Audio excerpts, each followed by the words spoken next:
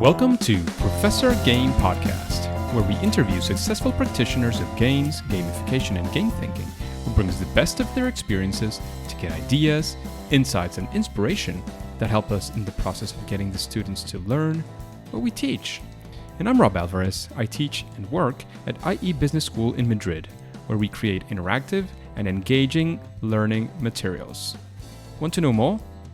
Go to professorgame.com/subscribe, start on our email list, and ask me anything.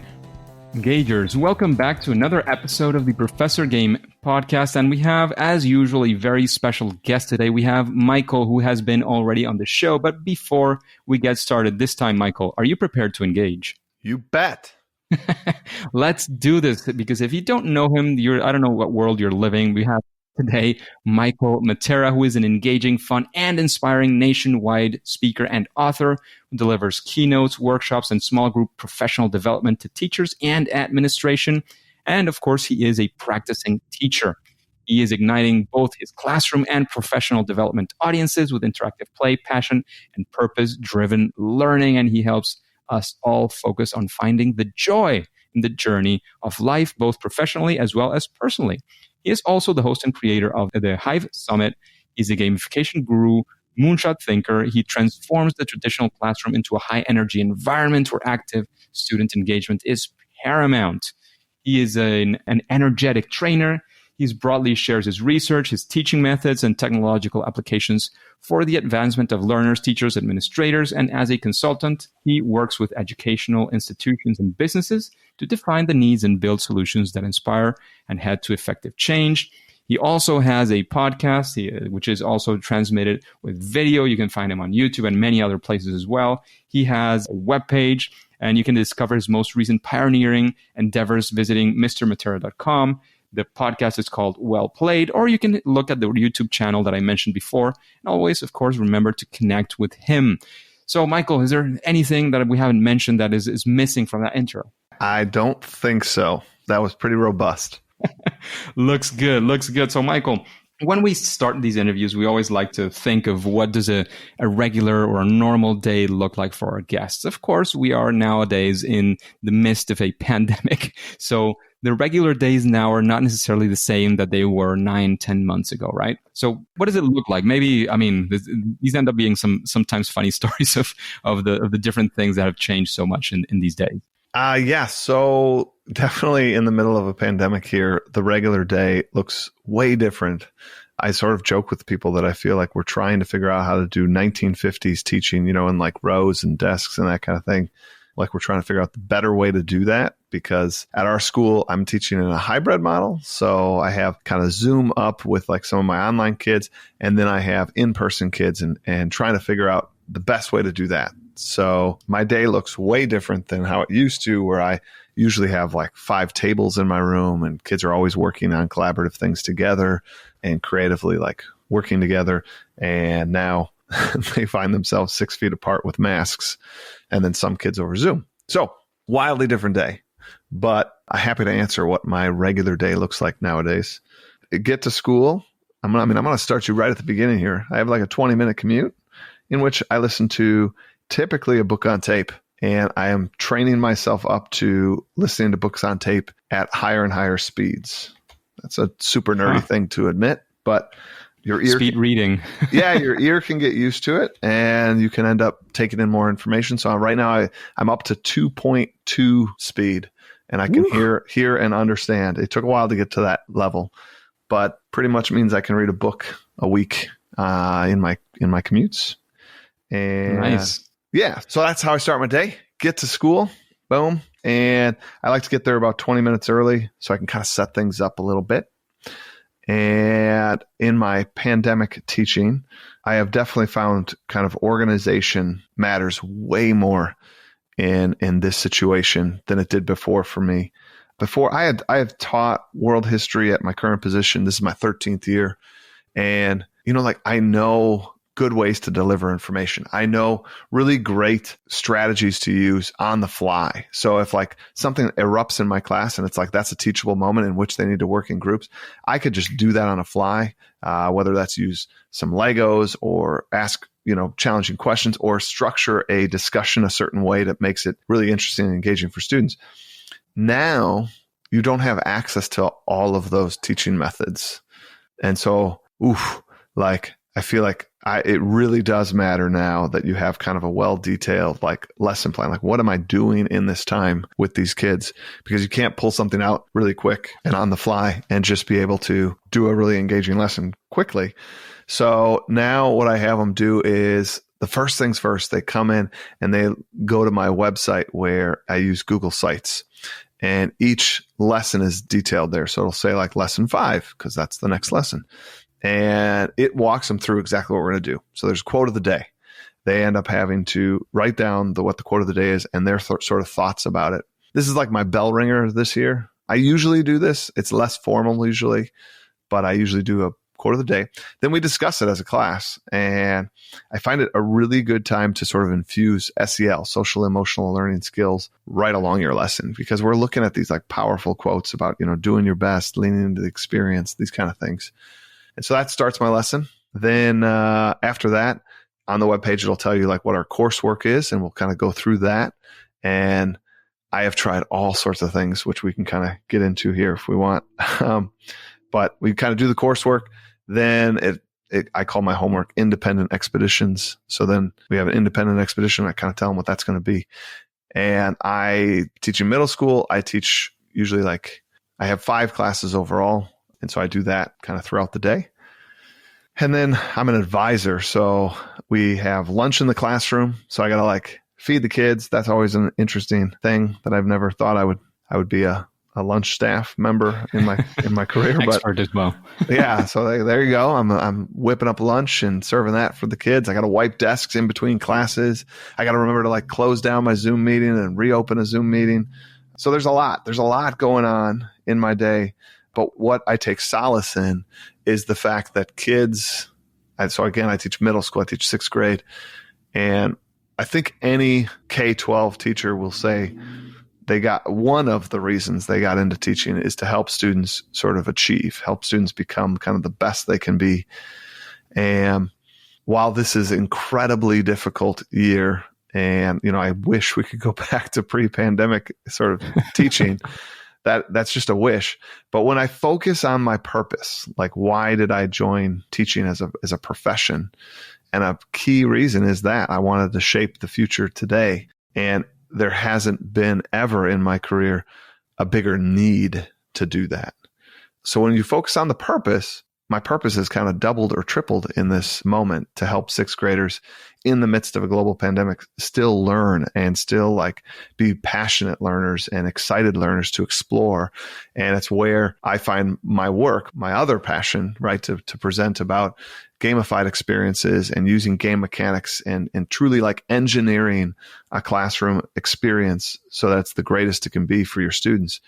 I find these times to be even more important to do that work.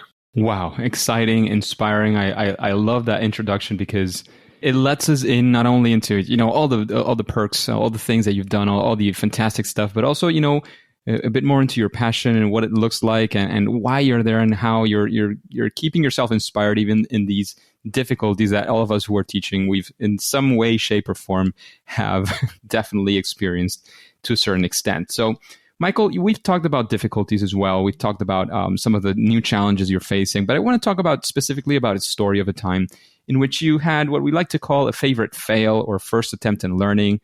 One of those times when things, you were going north, things went south, didn't go as you expected.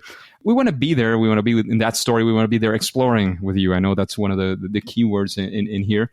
So we want to be there. We want to learn with you. Yeah. So one, I got to admit, I have had my fair share of fails over the years in my teaching career. And I guess advice for any new teacher out there or somebody that's considering becoming a teacher is sort of pay attention to what works in your classroom. I know this sounds like really silly, easy advice, but my point is over time, you'll build sort of this satchel of quick ideas that you can pull out. This is almost what I was sort of referencing earlier in the podcast, that like I can build a pretty good experience on the fly because I have these little ideas I can pull out and use because I know they've worked in my like 15, 16 years of teaching. When you pay attention to those, and I mean, I'm still doing some little quick activity that I figured out my second year in teaching, but like I chose to sort of catalog that and keep that in my repertoire. And, obviously add to that repertoire. And now 16, 17 years into teaching, I got like 30 little ideas that I can sprinkle in at any point.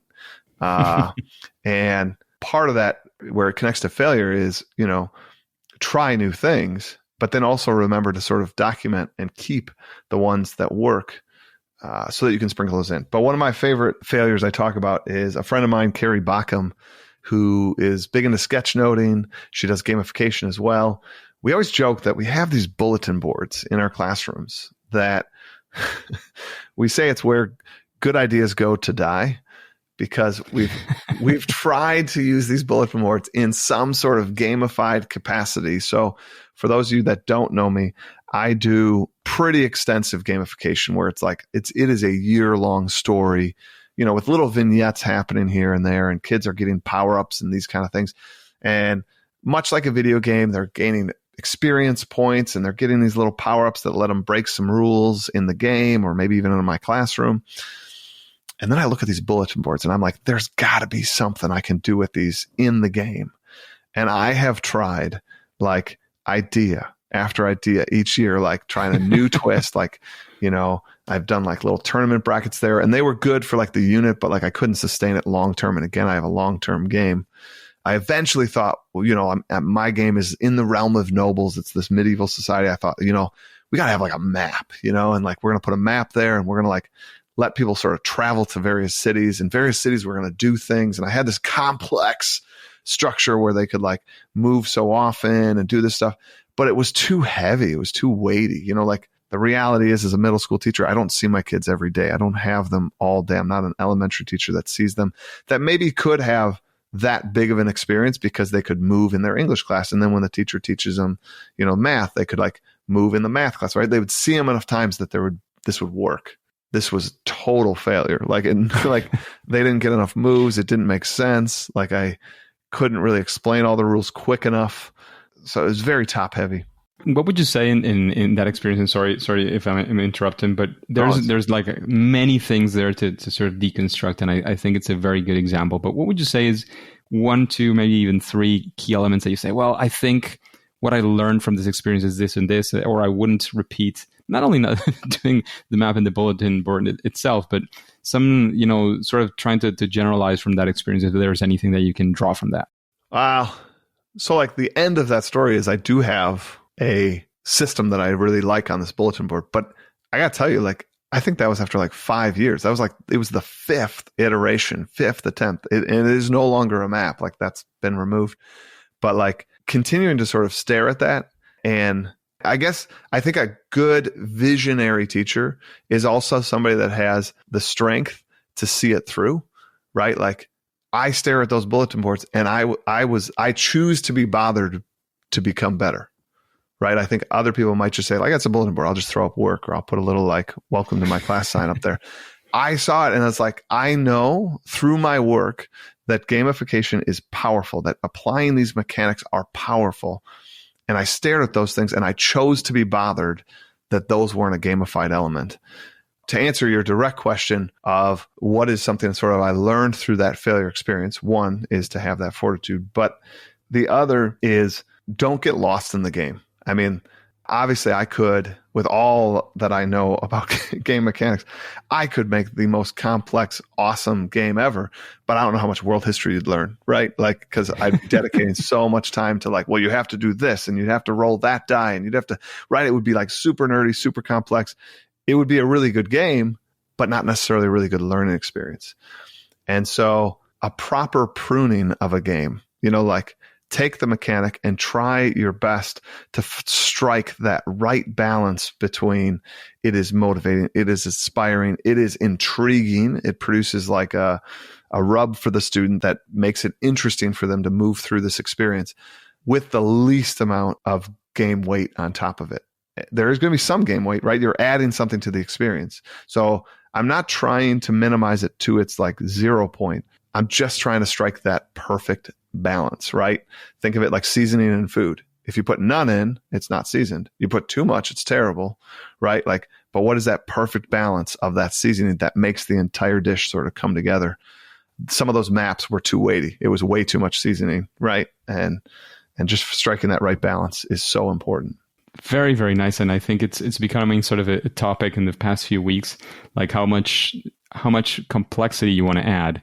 And I mentioned it last time as well. I'm going to very quickly say it again. I have a friend in gamification. She's more sort of in the corporate world, more than in education.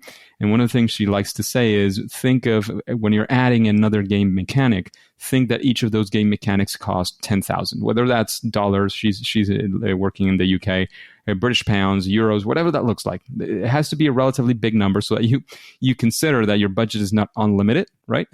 And your time is not unlimited. So, how much can you prune out of that, as you were saying, until that point where you reach what you actually need to make it the most engaging? And as well, it's not going to be less good if you have less of these things. Actually, it can be a lot better. If it's too weighty, as Michael was saying, I think there is a lot of opportunity to improve there. So very, very, very good learning. I love that experience as well. And Michael, we've talked about failure. We've talked about some challenges, but I'd like to know of one of the many things that you've had success doing in your classroom using your gamification strategies. Like, can you tell us a story of one of these things? And of course, if we can know of any sort of, ideas that you think were that sort of led you to that, we'd be delighted as well. That's... So again, this is a story of something that went well for you that you're sort of proud of in your the game that you apply in your classroom, the year-long game, some of the elements you introduced, and sort of maybe what inspiration took you there, or maybe what were some of the keys to the success, if I may. No, 100%. It was more like just, not to pat myself on the back. I hope anybody that's done gamification realizes like there are so many there's just a flood of moments in my head that are proud moments with students, proud moments with other teachers. So I don't know, to choose one of the successes, I think that this is going to be kind of a general experience, but it is one of the things I'm most proud of is gamification. When you're applying game mechanics, you are making the experience in some respects more difficult. You're adding intentional sort of roadblocks or hurdles that kids have to sort of contend with while interacting with the content. And I didn't necessarily set out for this outcome, but what happens, and it has happened time and time again, is I'll get students that come back to my class, whether I teach 6th, so whether it's the 7th grade year, 8th grade year, 9th grade year, or whatever, but kids come back and they really sort of speak to my class, which is a history class, is one of the things that they felt best prepared them moving forward, because it just put them in constant sort of challenge mode and like how to overcome that challenge with a constant aim at like doing your best, because a game has kind of that endless, you can gain more and more points in the game, not in my grades, by doing better and better. So like where school sort of tops out, like there's a diminishing return, like to try to get like an A+ from an A, it's probably not actually worth your investment of time to try to get the A+, because like you're either that talented that comes naturally, or you're going to have to spend like 20 more hours on the project just to make it go up 2 percentage points, right? Where gamification, it's an endless expanse, and kids then get into this mindset of applying their best, doing their best, and then they get empowered by doing their best. And then they literally, that empowerment makes them move into the next experience with a broader horizon. They see things they couldn't see before, and then they rise to that challenge, and then again, broaden the horizon. So this history class, which arguably like the content itself fades into the background, and what they leave with is truly like just a way more equipped student to sort of kind of handle any challenge. And I don't know, that is my favorite success, that not an English class, not a math class, this history class is what truly like armed them moving forward. And it allowed them to sort of walk with a greater stride, I think, in all the educational challenges they face. Well, engagers, if you were not inspired by that, I don't know if you have to check your pulse or something. I think if you're in any capacity interested or into education, I think that kind of experiences is what we're always aiming for, I would say, and definitely knowing that has come through using those game experiences, and it makes sense, as you were saying. Like in games, you can just give it a bit more and give it a bit more, and you give it a bit more and you get a little bit more. You put a lot more, you get a lot more as well from the game. It's that constant feedback. It's one of the things that keep people engaged and hooked, if you may, in the best of senses. And Michael, I mean, there's a lot of inspiration. I know as well that you probably have a lot more details of this in your book, but do you have any sort of series of steps? What does your process look like? Let's say you're introducing a new game mechanic, or let's say you're helping even another professor, or a teacher, which I know you do as well, to introduce gamification into their classroom. What does that look like? What do you tell them to do? What do you tell them to explore, to think about? Well, I mean, the first thing you want to look at is what's the scope of where you're going to try to insert this gamification. And it truly, these are scientific principles. These are tried and true. We have data on these. You could sprinkle these mechanics into just a lesson. So in one hand, you could be just saying, I want to see some of this in action. And if that's all that a professor or teacher wants, we might look at something that's an easy mechanic that you don't have to teach kids about, but I could teach the educator about. So I'm thinking about something like the time mechanic. There are ways to use that different than we use it in traditional sense in school that can be way more engaging. So I might teach them about the time mechanic and how they could apply that to just a lesson. Just see how this changes the feel in your classroom, right? If they were no, I want to make a more immersive experience that might be for the unit, right? So we might be doing this experience for 2 weeks, 4 weeks, whatever. Or like I do, the whole course. If we're talking about those kind of things, then I usually have a conversation with them about, I like to break it down into theme, team, and task. These three, I think, do a nice job of summing up the experience, at least lightly. If this is the opening conversation, if they're like, I want to do what you do, without getting super into the weeds about it, what's a theme that we could center this experience around? And it doesn't have to be your actual course, right? So I teach world history. We just finished up Egypt. It doesn't have to be a theme about Egypt. In fact, mine isn't, right? Mine's the Roman nobles in some sort of European medieval society, yet we were learning about Egypt, right? So it can really be different. But what's a theme that they would like, or that they think would work really well with their students? One of those two. So you got theme. And when you say they, you're talking about the teacher. The right? teacher. I tend to say, there's a lot of teachers that do, my kids like Minecraft, so I center it around Minecraft. That works. The cautionary tale I always tell teachers, though, is so much of what I'm telling you to do is through the power of language. You go to my class, it's not cobblestone walls, right? I don't have tapestries hanging to show that it's the medieval time period. I don't dress up in armored suits and stuff. So much of it is the power of language. We are creating an imaginary space in which, yes, I refer to that group instead of being group one. They're they're a guild. But again, I don't have tapestries on the wall. It's just language. So the cautionary tale, if you choose a thing that the students like because you're trying to get them to like it, that to me becomes a little more chocolate covered broccoli, because you don't know the thing that well. I don't play, for example, I don't own an Xbox, so I don't play Halo. But if I knew my kids loved Halo and I tried to theme my game around Halo, how much language could I bring? How much could I carry that experience? I really couldn't. It's important that it's important to you. I like medieval times. I think that's a cool age in history. So for me to think in that space, bring that language. I don't forget to call them guilds because this would be a cool place. I wish I could make this a medieval society. I wish I could have tapestries on the wall. So I don't forget to bring that language. But when I find teachers that try to gamify around what the students like and not what they actually like as teachers, it putters out, right? They're not able to carry that theme for the full 4 weeks. They do a great launch. We're doing Halo. This is awesome. We're going to, they use some of the Halo language. And then, 3 days into the experience, it's just a regular English class, and they're like, don't forget to turn in your assignments. Like, no, those aren't assignments. They're missions. Like you got to use the language. You got to apply that theme with your words, with your language, and you have to be excited about it. But if I don't play Halo, how excited can I be? I can't build this experience up. But like, I would totally love to have medieval experiences. So yeah, I can sit here and talk about having a grand, like town gathering and stuff like that. I can have like sword fights or whatever. I can say those things because like I can conjure those up in my mind because it's an experience I like and I care about. Cool. But again, plenty of teachers do it on what they like. So that's theme. Team is, I try to get them to think about what are ways. A big area in gaming is the social aspect. Like is doing things together, having some social status. So things like badges, those kind of things. Working together collaboratively. So what could you do in your course? How could we change an element of your course that would allow for greater collaboration together with students so that they have that game element where they did something together. They banded together and defeated something.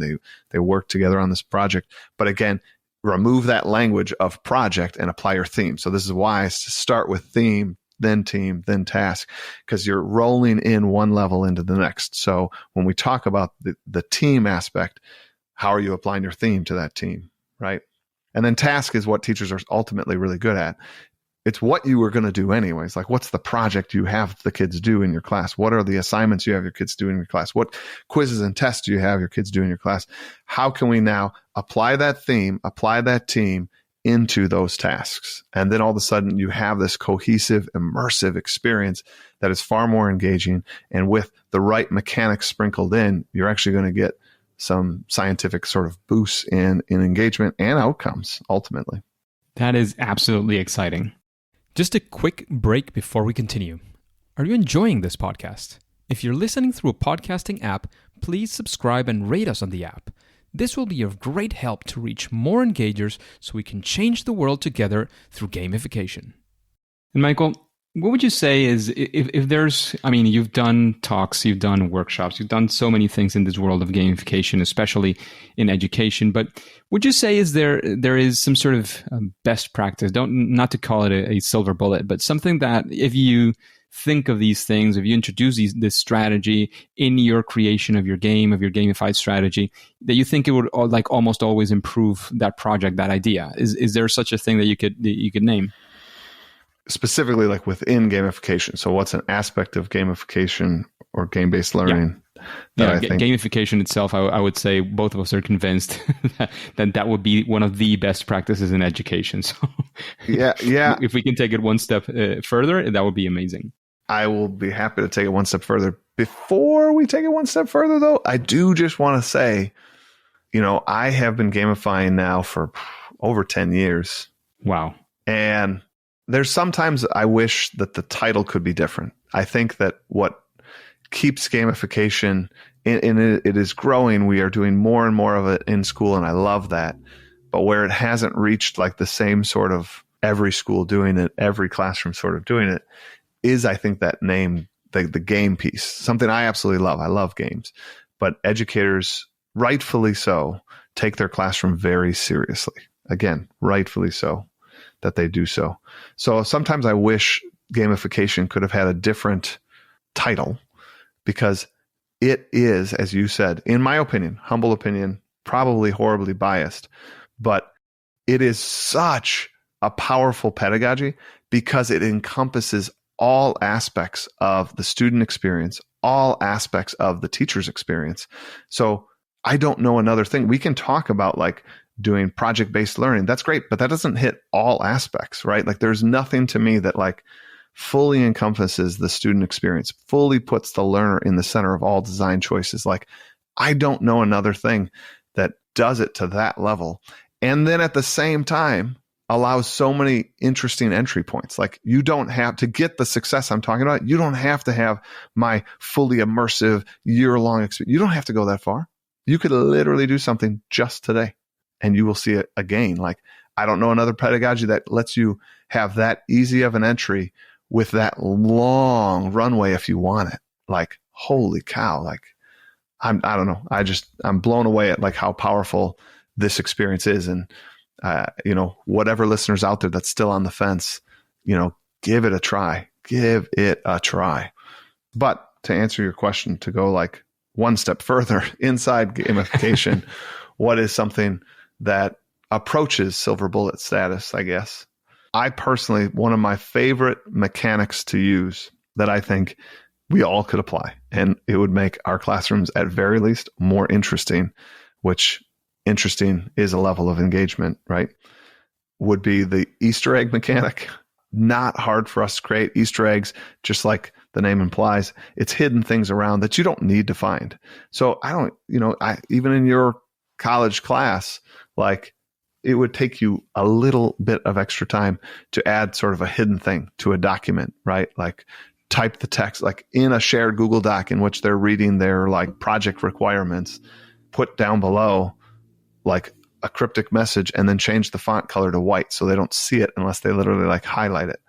Even if the message is just like, whatever, give me a high five on your way to class, which you can't do now. So that was probably a terrible example. But it would just make you more human. It would make the experience more human. And this idea of random payout, like not knowing like, oh, so does he hide other things? Like, I wonder what's on that next assignment. And maybe there isn't anything on the next assignment, but that like variable payout, much like a slot machine, is engaging, right? Like we don't know what that next experience is going to bring. And you can do that so easily with Easter eggs. Like, why not add that to your class? Why not sprinkle that in?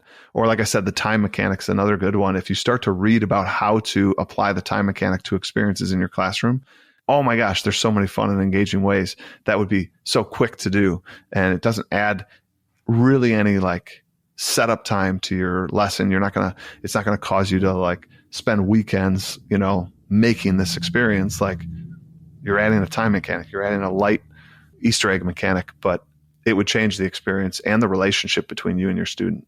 Very, very exciting, very useful. And as you said, it's something that could give you sort of a small dip into the whole gamification experience for your classroom. I love Easter eggs as well. And Michael, is there, you've been already, we've spent already quite a few minutes together. You were as well in the previous interview when you were talking about the Hive Summit. When you hear these questions, the vibe of the podcast, is there somebody that comes to your mind, somebody you'd like to listen to in an episode like this one, another guest in Professor Game? I would absolutely love to have you have on Stephanie Crawford. She is somebody that has experienced gamifying in her classroom. And then she has moved from her classroom to being sort of a tech integrator, if you will. And then eventually switched from there to like district-wide sort of best practice sort of coach, if you will. And she gamified the whole experience. So like a district, multiple buildings, she put teams, mixed teams. So you're on teams with other educators in different buildings and built in all the mechanics we're talking about to inspire teachers to gain pedagogy and learn and level up in the district system. And I have never heard of a better system. Like hers was just fantastic. I'd love to hear an episode with her. Sounds super, super exciting. So Stephanie, I hope you're listening and we will have you in the show very, very soon. Michael, we know you're an author. We know Explore Like a Pirate is a fantastic book. So if you had to think of somebody, who already has your book, is there any other book that you would recommend, maybe to sit right next to your book as well, right next to Explore Like a Pirate? Yeah. This is tough. I got to admit, like I'd be honored to have my book sit next to several others. One of the ones that I think I'd really like you all to read, so there's a bit of a book suggestion as well, is a book by Todd Rose called The End of Average, How We Succeed in a World That Values Sameness. Obviously, we all read things with our own lens, with our own experience, our own backstories. And so for me, so steeped in gamification, to read a book that is talking about kind of how average doesn't actually exist. Yet we as educators tend to build our classroom experiences around an average. We tend to say like, this is what a sixth grader can do. So I'm going to build the sixth grade experience. The reality is there is no such thing as average. And when you design for average, you're actually designing for no one, because no one is the average. Like the average is an amalgamation of, the low and the high, but no one is actually the average. So you're kind of wasting your time designing experiences for no one. And then when I attach that to my own work, and the book has so many examples that at least I couldn't help but read and think of gamification where, oh my gosh, gamification would solve that answer, right? Because you are differentiating a ton. You are building experiences for the low, the middle, the high, right? But you're actually thinking of your students. You're actually personalizing it and not just generalizing it to some generic average that doesn't exist. Absolutely. Where there's so many differences, and it's funny because I used to be teaching quantitative methods, so a lot of statistics, a lot of averages, and forecasting. And one of the things that we always say is that even when we make a forecast, forecasts are always wrong because what you forecast is not going to be what actually happens in the end, right? Mm-hmm. So it kind of blends in a more sort of nerdy and math way than would have expected, but it makes a lot of sense. I haven't read the book, but it sounds like something that I should definitely take into account for future reading. It's so good. It's so good. I think we all should read that as educators. Again, even if you're not gamifying, it does give you a lot of thought around like how what and how we create things in industry, and then obviously our industry of education. Absolutely.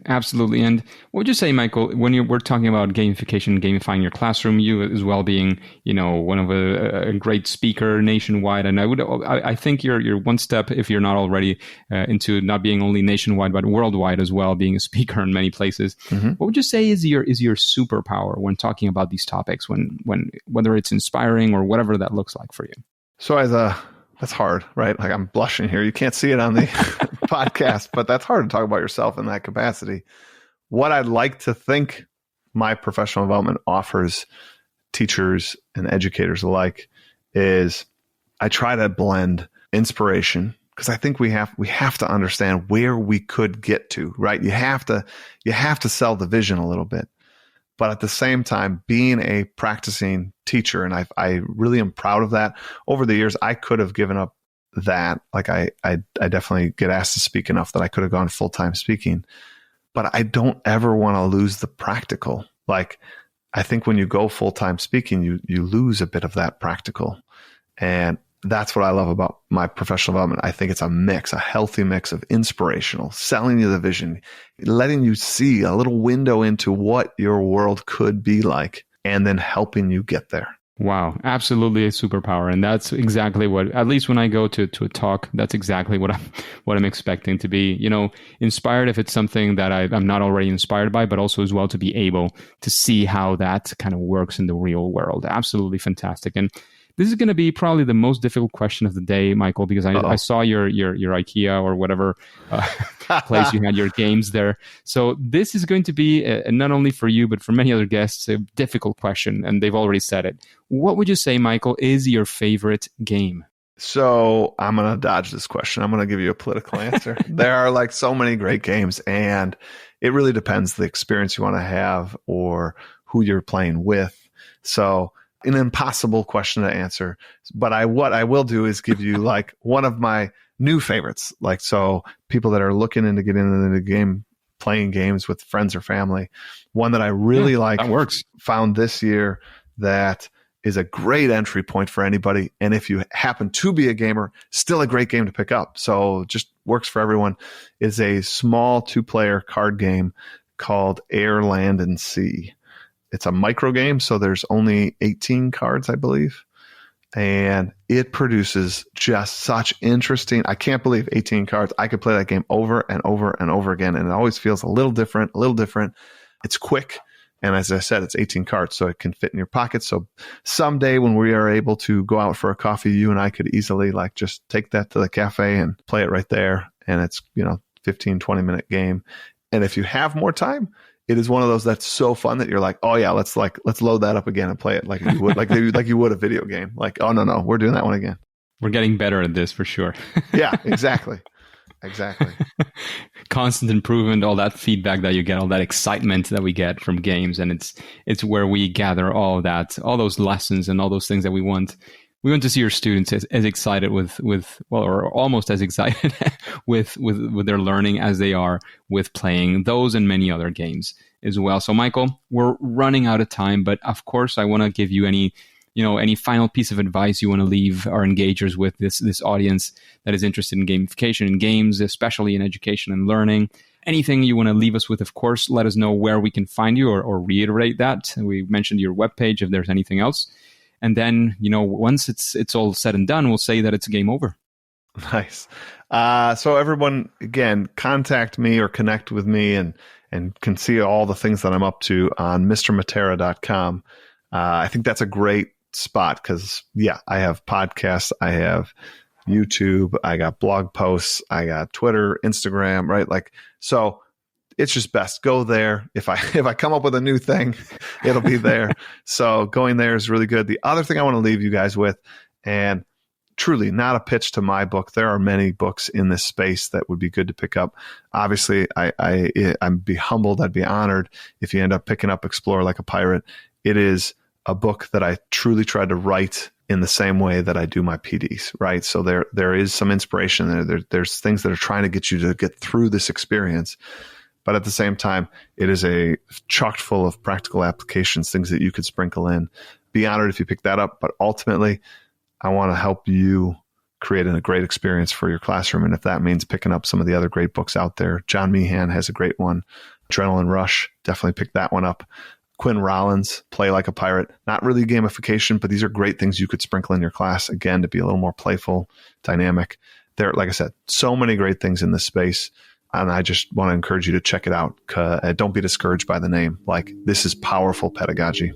Absolutely. Absolutely. So we can find you all of those contact mediums at your page, mrmatera.com.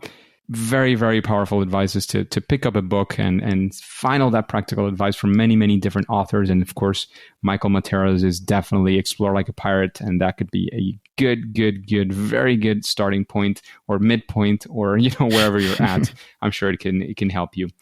And thank you very much for all the advice, all the experience, all the value bombs that you've dropped in this episode, Michael. However, at least for now and for today, it is time to say that it's game over. Hey, Engagers, thank you for listening to Professor Game Podcast, and I hope you enjoyed this interview with Mr. Matera, with Mike. And as you know, every now and then we have these random questions, and they come directly from you, the Engagers. Is there a question you'd like to make? All you have to do is go to professorgame.com/question and ask your question there on the fields. If it is selected, and you have a pretty good chance, it will come up in a future episode and you will get your answer live in an episode. And of course, before you go on to your next mission, remember, if you haven't, to subscribe using your favorite podcast app and listen to the next episode of Professor Game.